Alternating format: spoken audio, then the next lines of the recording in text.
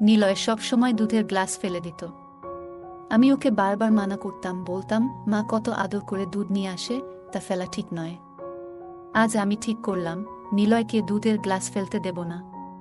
তাই আমি ওর কাছ থেকে দুধ নিয়ে বললাম, আমি দুধ আজ ফেলতে দিব না, বরং তা আমি পান করব। আমি দুধটা পান করলাম, তারপর আমার সাথে যা হলো তা আমি কখনো ভাবতেই পারিনি। আমার নাম সুমি, আমি 30 বছর বয়সী। আমি দেখতে অনেক সুন্দর আর আমার চেহারা অনেক মায়াবী। তাই আমাকে অনেক কম বয়সী মনে হয়। আমি বিধবা হয়ে শ্বশুরবাড়ির লোকজনের সাথে থাকি। একদিন আত্মীয়ের বাড়িতে একটা বিয়ের অনুষ্ঠানে দেখা হয়েছিল সুমনের সাথে। আমার মা বিধবা ছিলেন এবং আমাকে একা বড় করেছেন।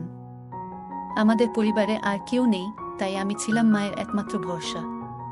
18 বছর বয়সেই আমি মায়ের চোখে সংসারের বোঝা হয়ে গেলাম। ছেলেদের পক্ষ থেকে অনেক চাহিদা থাকত। যৌতুকের জন্য মা অনেক চিন্তিত ছিলেন। মা ছিলেন সাধারণ গৃহিণী, ছোটখাটো চাকরি করতেন। যৌতুকের চাহিদা মেটাতে পারতেন না, তাই বিয়ে হচ্ছিল না। আমার বয়স বেড়ে গেল 25 বছর। মা দিন দিন অসুস্থ হয়ে পড়ছিলেন, তার ঘুম আসত না। তিনি প্রায়ই বলতেন, মরে যাওয়ার আগে তোমার বিয়ে দেখে যেতে চাই। মায়ের কথায় আমারও মন খারাপ হতো। আত্মীয়রা আমাদের অবস্থা দেখে সহানুভূতি দেখাত, মা তাদের থেকে দূরত্ব বজায় রাখতে শুরু করলে। আত্মীয়ের বাড়ি যাওয়া বন্ধ করে দিলেন একটা বিয়ের কার্ডের জন্য। তিনি ছিলেন খুশি কিন্তু মর্মাহত, কারণ তার ছেলে ছোট ছিল এবং মা ম্যাচমেকার হিসেবে কাজ করায় সম্পর্কটা তার হাত থেকে বের হয়ে গিয়েছিল। আমি বলেছিলাম, আমরা অবশ্যই একসাথে যাব এবং আনন্দ করব। বহুদিন আমরা মামে কোথাও যাইনি। তাই সাদা কুর্তি পরে সারা লাল রঙের দোপাট্টা দিয়ে বিশেষ সাজে বিয়েতে গিয়েছিলাম। সেখানে সুমন এবং তার মা ছিলেন। সুমন আমাকে প্রথম দেখায় পছন্দ করে এবং সেইভাবেই আমাদের বিয়ে ঠিক হয়ে গেল। বিয়ের পর সুমনের বাড়িতে এসে আমি নিজেকে ভাগ্যবান মনে করতাম। সুমন আমার সব চাহিদা পূরণের চেষ্টা করত। শাশুড়ি কখনো ভালো স্বভাবের ছিলেন না, কিন্তু আমি তা অগ্রাহ্য করতাম, কারণ পরিবারের ছোটখাটো বিষয় ঘটেই থাকে। 5 বছর সুখে কেটে গেল, বুঝতেই পারিনি। তবে সুমন আমার মাকে বেশি গুরুত্ব দিত না। আমার গল্পগুলো তোমরা শুনো, কিন্তু সাবস্ক্রাইব করো না। দয়া করে গল্পগুলো ভালো লাগলে চ্যানেলটি সাবস্ক্রাইব করো। তিনি বলতেন, তোমাকে ছাড়া এক মুহূর্ত থাকতে পারবো না। তাই আমাকে বাবা মায়ের বাড়িতে থাকতে দেননি। একদিন আমার মা গুরুতর অসুস্থ হলে সুমন আমাকে সেখানে থাকতে অনুমতি দিয়েছিলেন। বললেন, তুমি আজ মায়ের সাথে থাকো, আমি কাল নিয়ে যাব। আমি মায়ের কাছে থাকতে চেয়েছিলাম, কিন্তু সুমনের কারণে পারিনি। মায়ের সাথে রাতে থাকলাম, কিন্তু জানতাম না এই থাকা আমার জীবনকে বদলে দেবে। সুমন আমাকে ছেড়ে চলে গেলেন এবং ফিরে এলেন না। মাকে স্যুপ খাইয়ে বিছানায় শুইয়ে দিলাম। বিয়ের আগে যেমন তার পাশে ঘুমাতাম তেমন করেই। মাঝরাতে একটা ফোন এলো যা আমার পৃথিবীটা উল্টে পাল্টে দিল। সুমনের ছোট ভাই সুনীল ফোন করে জানালো, ভাই এখন আমাদের সবাইকে ছেড়ে চলে গেছেন। শুনে মনে হলো পৃথিবীটা ভেঙে পড়েছে। তুমি ভুল বলছো, আমার সুমনের কি হয়েছে? ফোন কেটে গেল। আমি মায়ের ডাকে সাড়া না দিয়ে ছুটে বের হলাম। মাকে কিছু বলার সাহস পেলাম না, পাগলের মতো রিকশায় উঠলাম। সুনীল ঠাট্টা করছে নাকি সুম্মি আমাকে ফোন করতে বলেছে? আমি প্রার্থনা করছিলাম যেন কিছু না ঘটে। শ্বশুরবাড়িতে পৌঁছে দেখি ভিড়। সুমনের প্রাণহীন শরীর দেখে আমি জ্ঞান হারালাম। যখন জ্ঞান ফিরল, তখন সুমনের শেষকৃত্য সম্পন্ন হয়ে গেছে। শোক যেন আমাকে গ্রাস করল। বারবার তার হাসিমাখা মুখটা মনে পড়ছে। সে বলতো, আমাকে ছেড়ে যেও না, না হলে আমি মরে যাব। বিয়ের পর প্রথম রাতেই সে আমাকে ছেড়ে চলে গেল।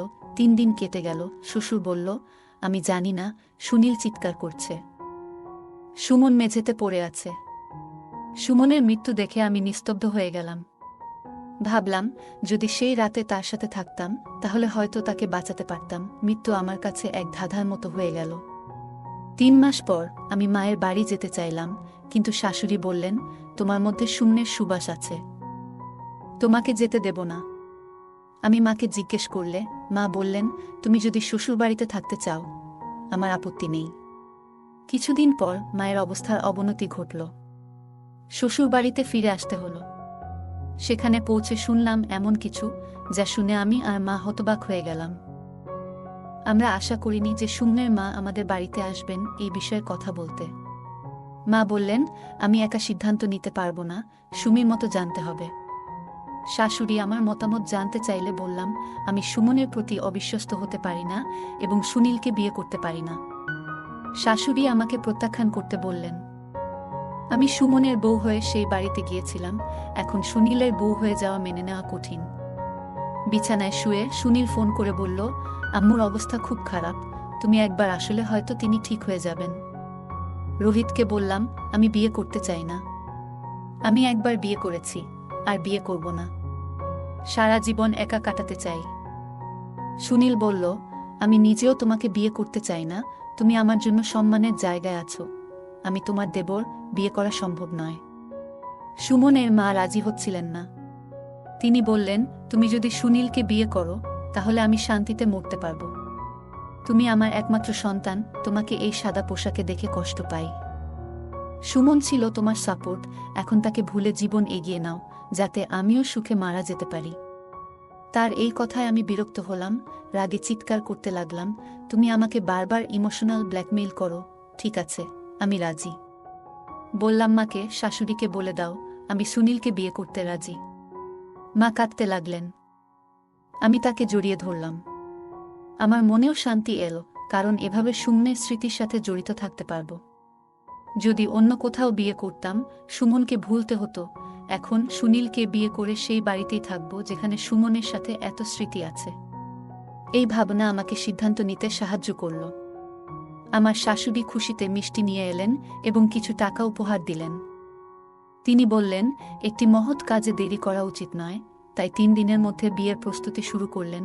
আমি মাকে বলেছিলাম কোনো প্রস্তুতি না নিতে, কিন্তু মা নিজের মতো করে কিছু জিনিস কিনলেন। বিয়ের দিন এসে গেল, আমি সোনালী পোশাকে কোণে সাজে বসেছিলাম এবং ভাবছিলাম সুমন আমাকে দেখে কতটা খুশি হতো। কিন্তু এখন সুনীলের বউ হলাম, এখন এই বাড়িতে ফিরেছি। আমি জানি না সুনীল এই সম্পর্কের জন্য পুরোপুরি রাজি হয়েছে কিনা, কিন্তু তাকে শান্ত মনে হলো। সুনীলের সাথে আগে যেমন ফ্রি ছিলাম, এখন তেমনটা নেই। সম্পর্কটা বদলে গেছে, এখন তার ঘরে কেমন লাগছে বোঝাতে পারছি না। সুমনের ঘর ছেড়ে আজ সুনীল এর ঘরে ঢুকলাম। আমার মনে কোনো উত্তেজনা নেই, শুধু অদ্ভুত এক অনুভূতি। সুনীল ও কাছে এসে বসল। আমি বললাম, সুনীল, আমি এই সম্পর্ক মেনে নিতে চাই, কিন্তু সুমনকে ভুলতে পারছি না। সুনীল আমার হাত ধরল, কিন্তু আমি তাড়াতাড়ি ছেড়ে দিলাম। সে বলল, সুমি, তুমি এখন আমার স্ত্রী, দূরে থেকো না। তারপর সুনীল আরও কাছে এলো এবং বলল, তুমি বিছানায় ঘুমাও, আমার এতে কোনো আপত্তি নেই। আমি নিরুত্তর ছিলাম, জামাকাপড় পাল্টে শুয়ে পড়লাম, কিন্তু ঘুম আসেনি। সুমনের কথা বারবার মনে পড়ছিল। কতক্ষণ ধরে জেগে আছি জানি না। সকালে ঘুম ভাঙল, কিন্তু সুনীলের সাথে কথা হলো না। দিন কেটে গেল এভাবেই। একদিন আমার শাশুড়ি জিজ্ঞেস করলেন, বৌমা, সব ঠিক আছে তো? লজ্জায় মাথা নিচু করলাম। শাশুড়ি বললেন, চিন্তা করো না, সুনীল তোমাকে ভালোবাসবে। কিছুদিন পর সুনীলের অদ্ভুত আচরণ লক্ষ্য করলাম। সে রাতে ঘুমাতে চায় না, ঘুরে বেড়ায়। আমি শাশুড়িকে জানালাম। তিনি অবাক হয়ে বললেন, সুনীল এখনো তোমার কাছে আসেনি? আমি মাথা নিচু করলাম। শাশুড়ির মন খারাপ হলো, তিনি সুনীলকে ডেকে নিয়ে গেলেন। পরের রাতে শাশুড়ি 1 গ্লাস দুধ দিলেন এবং বললেন, এটা সুনীলকে দাও, তার ভালোবাসা বাড়বে। আমি তা পাশে রেখে দিলাম। সুনীল আসার পর তাকে দুধ খেতে বললাম, কিন্তু সে পান করতে চায়নি। সকালে শাশুড়ি সুনীলকে জিজ্ঞেস করলেন, দুধ খেয়েছ? সুনীল রুক্ষভাবে বলল, না, খাইনি। আমি চুপ রইলাম। প্রতিদিন এমনই হতে লাগল। শাশুড়ি আমাকে দুধ দিতে বলতেন, কিন্তু সুনীল পান করত না। সুনীলকে দুধ খেতে বললে সে বাথরুমে ফেলে দেয়। আমি রাগ করতাম, কেন সে এমনটা করছে। প্রতিদিন দুধ অপচয় হচ্ছে, কিন্তু শাশুড়ি নিয়মিত দুধ রেখে যেতেন আর সুনীলও নিয়মিত ফেলে দিত। একদিন এই নিয়ে আমি সুনীলের সাথে ঝগড়া করলাম। বললাম, মা তোমাকে এত আদর করে দুধ দেয়, আর তুমি তা অপমান করো। সুনীল কয়েক মুহূর্ত চুপ থেকে বলল, স্বপ্নে কেউ আমাকে দুধ খেতে নিষেধ করেছে, তাই খাই না। আমি চুপ হয়ে গেলাম। বিয়ের পরেও আমাদের মধ্যে কোনো সম্পর্ক গড়ে ওঠেনি। আমরা অপরিচিতের মতো দূরে দূরে থাকতাম। আগে আমরা অনেক কথা বলতাম, কিন্তু এখন ভাই বোনের সম্পর্ক বদলে গেছে। এমনকি যখন আমি অসুস্থ ছিলাম, সুনীল এবং আমার শাশুড়ি আমার যত্ন নিতেন। সুস্থ হওয়ার পর আমি মায়ের সাথে সময় কাটাতে গেলাম। মা সবসময় আমাকে খেতে দিতেন, কিন্তু আমি কিছু খেতে চাইতাম না। অসুস্থতার 1 সপ্তাহ পরে আমি পুরনো বন্ধু পুনমের সাথে দেখা করতে গেলাম।